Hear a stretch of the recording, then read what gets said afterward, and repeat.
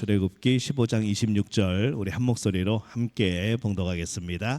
이르시되 너희가 너희 하나님 나 여호와의 말을 들어 순종하고 내가 보기에 의를 행하며 내 계명에 귀를 기울이며 내 모든 규례를 지키면 내가 애굽 사람에게 내린 모든 질병 중 하나도 너희에게 내리지 아니하리니 나는 너희를 치료하는 여호와임이라. 아멘. 할렐루야. 하나님의 은혜가 오늘 이 밤에 또 기도의 자리로 나온 우리 믿음의 가족들을 축복하고 또 환영합니다. 우리는 아플 때 약을 먹습니다. 약국에서 약을 사오면은 거기에 이제 설명서가 하나 들어있죠. 없어도 될 것 같은데 굳이 조그만한 글씨로 돋보기를 대야지 겨우 보이는 그렇게 작은 글씨로 잔뜩 써 있습니다. 사실은 그 설명서 때문에 약을 다시 집어넣기도 힘들고 그래서 대부분 그 설명서를 버려버리죠.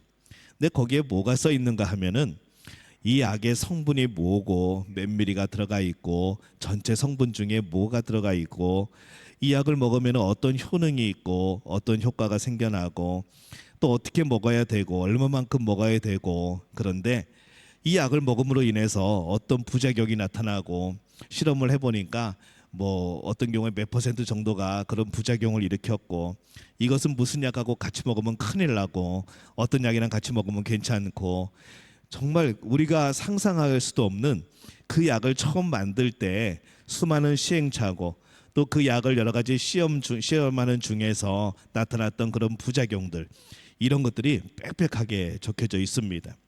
근데 우리는 그거 잘 안 봅니다. 그냥 엄마가 주는 대로 먹죠. 엄마가 약사이고 아빠는 의사이고 우리 할머니는 그냥 초능력 치료자이시고 무조건 배를 문질러 주시고 머리가 아파도 배를 문질러 주시고 배가 아파도 배를 문질러 주시고 마음이 아파도 배를 문질러 주시는 우리 할머니들 우리는 그렇게 그냥 살아갑니다. 근데 사실 그 설명서에는요 정말 우리가 놓칠 수 없는 그런 내용들이 들어 있습니다. 우리들이 그래도 안전하게 그 약을 먹는 이유가 무엇인가 하면요 이미 수많은 연구소에서 또 제약사가 또 약사들이 그 약에 대한 지식을 가지고 있고 수많은 실험을 거쳤기 때문에 우리가 웬만한 약들은 그냥 먹게 되어집니다. 그리고 절대로 먹어서는 안 되는 약들 잘못 사용하면 큰일 날 약들은 아예 잘 팔지도 않습니다. 그거 살려면은 의사들의 그런 이제 처방전이 있어야 되는 것이죠. 그러면 그런 생각을 해봅니다. 우리 사람을 제일 잘하시는 분이 누구일까? 그분은 하나님이시죠. 우리를 창조하신 분이시고 그래서 우리를 가장 잘 아시고 우리가 아플 때 우리가 병들었을 때 우리가 고장났을 때 가장 잘 고치실 분도 사실은 하나님이십니다. 그러면 하나님께서 우리를 치유하시고 회복하시는 이 처방전이 과연 어디에 있는가? 설명서가 어디에 있는가 하면은 바로 우리가 가지고 있는 하나님의 말씀, 이 성경인 것이죠. 이 하나님의 말씀에 적힌 지침을 어떻게 나에게 적용할 것인가, 이것이 우리에게는 참 중요한 일이 되어집니다. 그 어떤 설명서보다 구체적으로 되어 있고 그 어떤 설명서보다 오래 쓰여졌고 그 어떤 설명서보다 분량이 많고 너무나도 세밀하게 적혀 있기 때문에 사실은 이 하나님의 말씀으로서 우리는 모든 치유가 되어지고 모든 말씀을 통하여서 우리는 회복되어질 수가 있는 겁니다. 그래서 우리가 이 하나님이 주신 이 처방전, 이 약을 어떻게 사용할 것인가, 구약과 신약을 어떻게 사용할 것인가, 거기에는 네 가지 지침이 있습니다. 우리 한번 네 가지 지침을 보겠습니다. 자, 우리 첫 번째부터 읽어봅니다. 첫 번째, 내 말에 주의하라. 두 번째, 내가 이르는 것에 내 귀를 기울이라. 세 번째, 내 말을 내 눈에서 떠나지 말게 하지 말라. 네 번째, 내 말을 내 마음속에 지키라. 이 제목이요, 우리 앞으로 이제 4번에 걸쳐서 설교를 할 내용입니다. 그래서 오늘은 내 말에 주의하라, 이 제목을 가지고 이 부분을 함께 말씀을 나눌 겁니다. 하나님이 우리에게 말씀하실 때 우리는 온 신경을 집중하여서 경건한 자세로 귀담아 들어야 됩니다. 근데 슬프게도 오늘날 많은 사람들이 그런 태도를 보이지 않죠. 오늘날 수많은 스마트 기기, 다양한 정보가 정말 홍수와 같이 하루 종일 앉아서 그냥 이 많은 콘텐츠들이 연결해서 틀어주는 자동 재생되어지는 그것만 가만히 놔둬도 뭐 하루가 뭐 넘어가죠. 며칠을 봐도 끝나지 않는 그런 홍수와 같은 그런 시대를 살아갑니다. 근데 사람들이 그러면서 어떤 버릇이 생겨났는가 하면은 이 한 번에 한 가지를 하는 게 아니고 한 번에 몇 가지를 하는 이런 버릇이 생겨나게 됩니다. 그래서 모두 이 주의력 산만이라는 질환에 시달리고 있는 것이죠. 근데 이게 질병입니다. 핸드폰을 보면서 음악을 틀어놓고 공부나 숙제를 하죠. 놀라운 일입니다. 어떻게 그것을 한꺼번에 다 할까? 핸드폰을 보면서 뭘 찾아가면서 그렇다고 또 공부에 관련된 숙제에 관련된 걸 찾는 것도 아니고 음악을 틀어놓고 음악을 따라 부르면서 눈으로는 공식을 쳐다보고 그리고 공식에 대입해가지고 안 되면은 갸우뚱거리고 그리고 숙제를 하고 이 모습을 보면은 와 이거는 거의 초인적인 능력이다라는 생각이 드는 거죠. 근데 대부분의 학생들이 이러고 이제 공부를 하고 그러고 살아갑니다. 어른들도 마찬가지죠. 귀에 뭔가를 계속 꽂아놓고 뭔가를 들으면서 자기 할 일들을 하고 그래서 가끔 물어보면은 딴소리하고 이제 그런 결과들이 나오는 거죠. 근데 뇌는 그 사이에 뭘 하는가 하면요. 수많은 정보에 대해서 판단을 해야 됩니다. 이게 뭐가 더 중요한지 취사 선택을 해야 되고 중요한 것은 기억에 남기고 중요하지 않다고 여겨지는 것은 다른 영역에 저장하거나 아니면 기억에서 삭제해버리고 사람이 아무리 멀티로 뭘 한다고 해도 결국엔 가장 뇌가 중요하다고 여겨지는 것 그거 하나만을 남겨놓고 나머지는 다른 영역으로 넘겨버리는 것이죠. 그래서 이제 문제가 생깁니다. 뇌가 중요한 것을 판단할 때에 내가 공부하는 것보다 배경음악에 초점을 맞추게 되면 공부한 거는 기억에 안 남습니다. 그 노래 가사만 시험 볼 때 머릿속에서 계속 흘러가는 것이죠.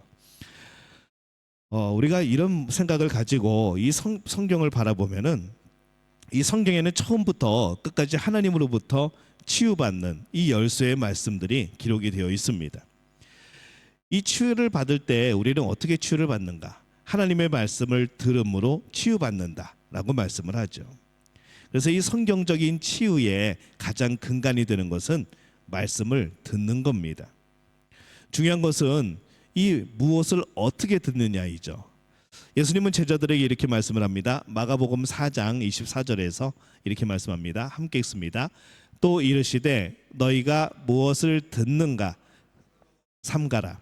너희의 헤아리는 그 헤아림으로 너희가 헤아림을 받을 것이며 더 받으리니 이렇게 말씀을 합니다. 예수님은 또 이렇게 말씀하죠. 누가복음 8장 18절 함께 읽습니다.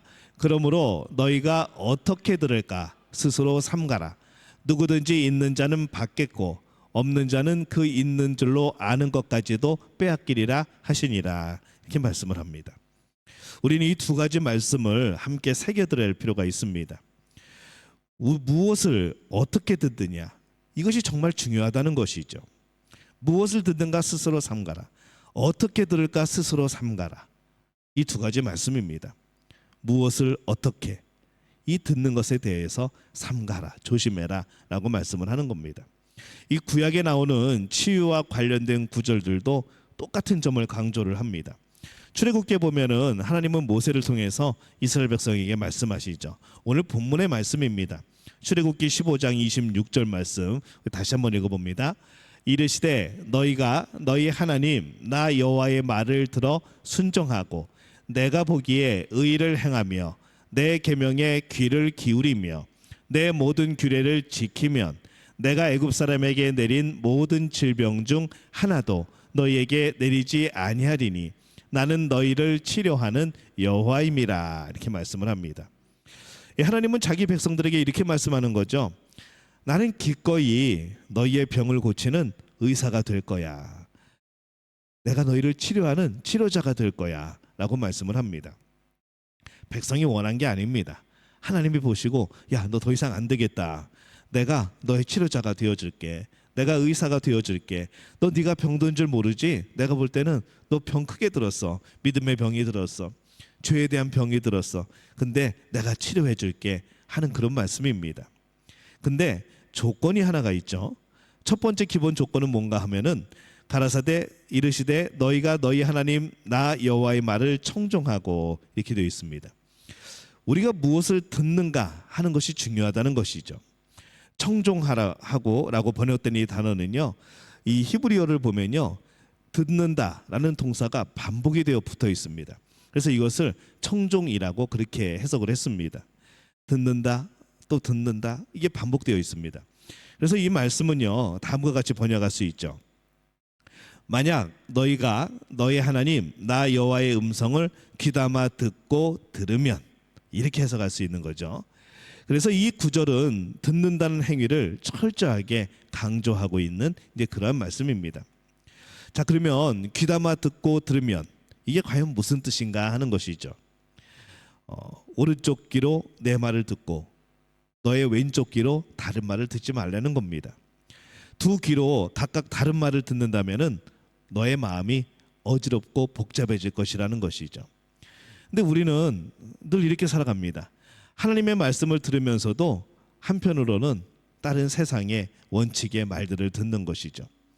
하나님의 말씀을 들으면서도 한쪽으로는 내 마음속의 말들이 또 나오는 겁니다.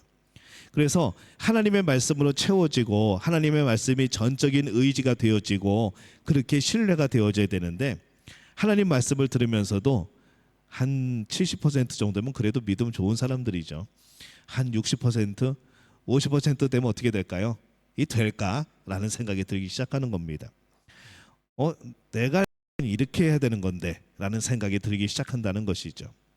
그래서 우리는 이 귀가 두 개지만은 사실 우리가 듣는 것은 이 두 귀를 이용하여서 하나님의 말씀을 듣는 겁니다. 그래서 귀담아 듣고 들으면 이게 이제 그런 뜻이라는 거죠. 그래서 여기서 강조되고 있는 것은 하나님의 말씀을 경청하고 귀담아 듣고 하나님께 주의를 집중하는 겁니다.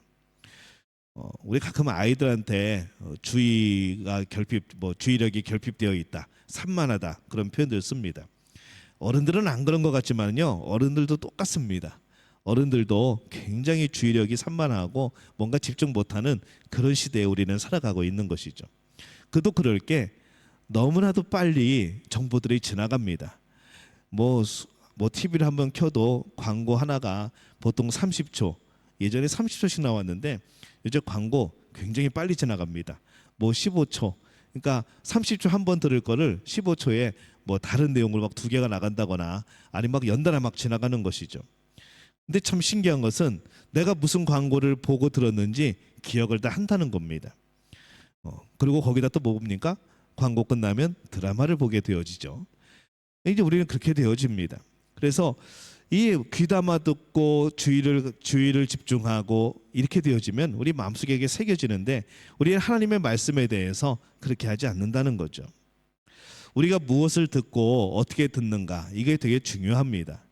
이것은 치유의 열쇠일 뿐만 아니라 믿음을 여는 열쇠이기도 한 것이죠. 그래서 우리는 믿음으로 우리는 하나님이 주시는 약을 먹고 치유를 얻는 겁니다. 그 약은 구약과 신약이라는 거죠. 로마서 10장 17절입니다. 우리 함께 읽어볼까요? 그러므로 믿음은 들음에서 나며 들음은 그리스도의 말씀으로 말미암았느니라. 나는 믿음이 약해요, 나는 믿음이 없어요. 답이 여기 있습니다. 이미 하나님은 처방전을 내렸고 이미 해결책을 주었습니다. 믿음이 약한가? 그럼 어떻게 됩니까? 듣는 거죠. 근데 뭘 들어야 되는가? 그리스도의 말씀을 듣는 겁니다. 성경 말씀을 듣는 거죠. 그러면은 믿음이 나오는 겁니다. 이 말씀에서요, 두 가지 단어가 눈에 뜹니다. 믿음은 그리고 난다는 거죠. 믿음, 나며, 이 두 가지. 이 말씀은요, 우리에게 굉장한 희망입니다. 더 이상 믿음이 없다고 절망할 필요가 없다는 거죠. 내게 믿음이 없다고 하더라도 믿음은 나는 겁니다. 믿음이 없다면 믿음은 얻을 수 있는 것이기 때문에, 가능하기 때문에 우리가 소망을 갖게 되는 거죠. 말씀을 들으면 믿음이 나온다는 겁니다. 생겨난다는 것이죠. 구체적으로 하나님이 주시는 거죠. 그래서 믿음이 없다고 실망하고 포기할 게 아니라 난 왜 믿음이 없는지 모르겠어, 이 말은 무엇인가 하면요, 말씀을 청종하지 않는 겁니다. 말씀을 귀담아 듣지 않는 것이죠. 그 말씀을 붙들지 않는 겁니다. 50% 정도. 그런 말씀도 있군요, 하나님. 나는 이렇게도 알고 있는데 하나님 이거 내게 맞는 것 같은데요. 이렇게 되어진다는 것이죠. 말씀이 믿음이 되어지려면은 신뢰해야 됩니다. 말씀을 붙들어야 되는 것이죠. 어떻게 해서 믿음이 나는 것인가? 말씀은 이렇게 적습니다. 믿음은 들음에서 나며 들음은 그리스도의 말씀으로 말미암았느니라. 자, 우리가 이 모든 것을 연결해 보면요. 그래서 치유는요. 믿음은 하나님의 말씀에서 시작하는 겁니다. 우리가 마음의 치유를 얻고 우리가 때로는 병의 치유를 받고 우리가 믿음의 성장과 또 믿음이 생겨나게 되어지고 이게 모두 다 어디서 시작을 하는가? 말씀에서 시작을 한다는 것이죠. 그래서 이 하나님의 말씀을 주의 깊게 들으면 그 들음에서 성경이 말씀하는 하나님의 음성을 듣는 능력이 생기는 겁니다. 그래서 하나님의 음성을 들으면서 믿음이 생겨나는 것이죠. 하나님의 음성을 들으면 그게 무슨 뜻인가 하면은 응답이 되어지고 정말 그렇게 되어진다는 것이죠. 그러면 신뢰가 생기죠. 그러면 하나님을 믿는 믿음이 생겨나죠. 그러면 당연히 믿음이 생겨나는 겁니다. 그래서 하나님의 말씀에 주의하면 하나님의 음성을 듣고 하나님 음성에 주의를 기울이면 그 들음에서 믿음이 자라나는 거죠. 그러니까 이 믿음은요 하나님의 말씀을 들음으로 나는 겁니다. 그러면 듣다 보면 믿음이 생겨난다는 것이죠. 듣다 보면 하나님이 그 말씀 속에서 믿음을 주신다는 겁니다. 그래서 믿음이 없다고 믿음이 연약하다고 실망할 필요가 없는 겁니다. 들으면 됩니다. 말씀을 사모하고 듣고 그 말씀을 신뢰하고 또 하나님의 역사를 기대하고 또 그것이 이루어지면은 또 하나님에 대한 신뢰가 더 생겨나고 그러면 또 믿음이 생겨나고 우리는 그 삶의 반복이라는 것이죠. 뭔가 특별한 삶이 새롭게 시작되는 것이 아니라 날마다 하나님의 말씀을 듣고 믿음이 굳건하여지고 성장하고 또 말씀을 듣고 거기서 또 성장하고 우리는 신앙생활은 이 삶의 반복인 겁니다. 그래서 우리는 하나님의 말씀을 듣는 하나님의 음성을 듣는 능력을 키우려면요 들으면 됩니다. 그러면 믿음의 싹이 틉니다.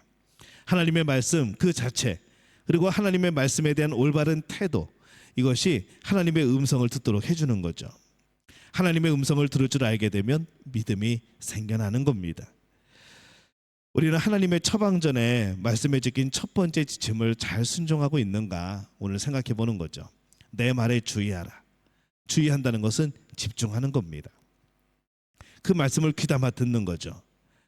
혹시 우리는 말씀 따로 내 삶 따로는 아닌지 성경을 읽는데 성경 통독을 하고 있는데 하나님의 음성은 들리지 않는 삶은 아닌지 성경 읽는 거하고 하나님의 말씀을 듣는 거는 다른 겁니다.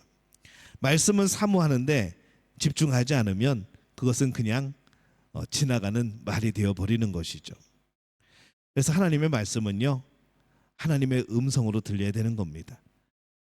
오늘 우리가 듣는 늘 설교는요 수많은 설교들이 들려지지만은 집중하지 않으면 그냥 스쳐 지나가는 말뿐이라는 것이죠. 그래서 하나님은 오늘 우리에게 말씀합니다. 내 말에 주의해라.